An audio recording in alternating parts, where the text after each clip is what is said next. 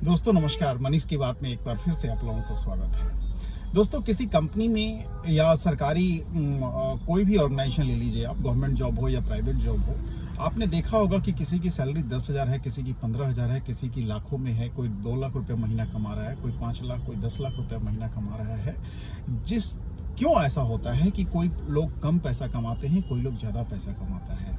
तो प्रकृति जो ये नेचर है ना, कभी किसी के साथ अन्याय नहीं करती है। वो जो जिस लायक होता है उसी उसको उतना ही देती है।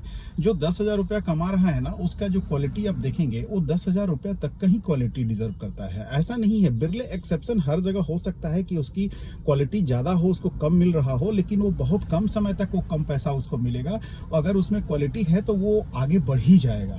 लेकिन अगर कोई 10 लाख या 5 लाख 2 लाख रुपया महीना कमा रहा है तो उसकी क्वालिटी उस लेवल की है, तभी वो कमा रहा है। प्रकृति अन्याय नहीं करती है। जो जिस लेवल का रहता है, खास करके प्राइवेट सेक्टर में, ये अन्याय कभी नहीं होता है कि अगर जो डिजर्व करता है उसको कम पैसा मिले और जो डिजर्व नहीं करता है उसको ज्यादा पैसा मिले, क्योंकि ये मतलब होगा ही नहीं।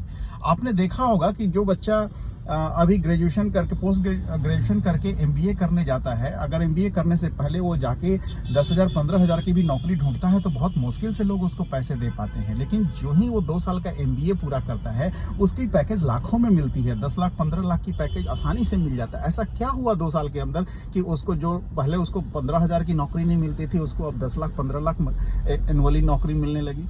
उसका कारण ये होता है कि उसने 2 साल के अंदर मेहनत की और जबरदस्त स्किल डेवलप किया, बहुत पढ़ाई की, बहुत कुछ सीखा।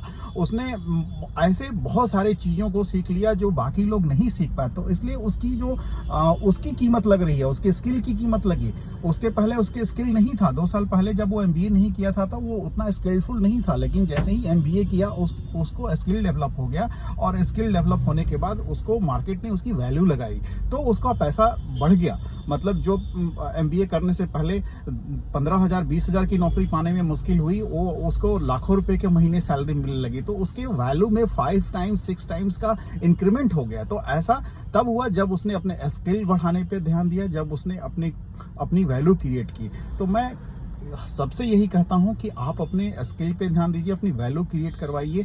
आप अपने आप को महंगा बनाइए, क्योंकि सस्ते लोगों की कमी नहीं है मार्केट में। आप अपने आप में वैल्यू जितना क्रिएट करेंगे, मार्केट आपको वैसे ही रिस्पॉन्ड करेगी। तो सोचिएगा जरूर। अगर मेरी बात अच्छी लगती है तो कमेंट कीजिए, लाइक कीजिए, सब्सक्राइब कीजिए। Thanks a lot, love you all.